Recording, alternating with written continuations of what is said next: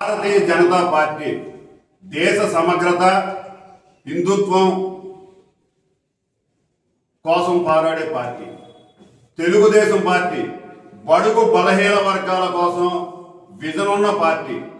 ఇక జనసేన సమస్యలపై పోరాటం చేస్తూ ఒక వ్యక్తి కాదు వ్యవస్థతో ఉన్నామని నిరూపించి 2024 సార్వత్రిక ఎన్నికల్లో మిమ్మల్ని ఎక్కడ కూర్చోబెట్టాలో అక్కడ కూర్చోబెట్టడంలో ప్రముఖ పాత్ర వహిస్తూ కూటమిని చేసిన ఈ ఎన్డీఏ కూటమి దాంట్లో ఒక గుడిలో జరిగిన సంఘటన పట్టుకుని జీవిద్దాం అనుకుంటే ఇది ముమ్మాడికి తప్పే.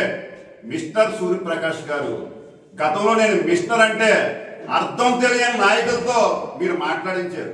మిస్టర్ అంటే ముందు అర్థం చెప్పి వాళ్ళకి ప్రెస్ మీట్లు పెట్టించవలసిందిగా గతం కోసం నేను చెప్తూ, ఇంకా మీరు అంటున్నారు ఏమని, మంత్రి గారు రాజీనామా చెయ్యాలి.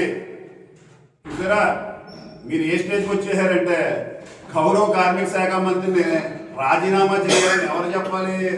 స్వపక్షం వాళ్ళు చెప్పాలి.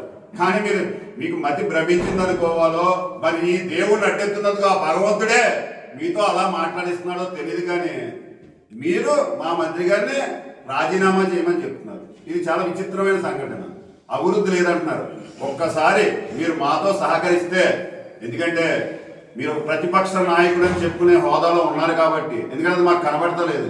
ఇక్కడ సంఘటన జరిగితే ఈ సంఘటన మీద ఒక పక్కన చల్లబోని వేణు గారు మాట్లాడతారు, ఆ పక్క రాజమండ్రి నుంచి, ఈ పక్క నుంచి తోట త్రిమూర్తులు గారు మాట్లాడతారు, వెనకాల నుంచి ఎక్కడెక్కడి నుంచి వచ్చిన నాయకులు మాట్లాడతారు.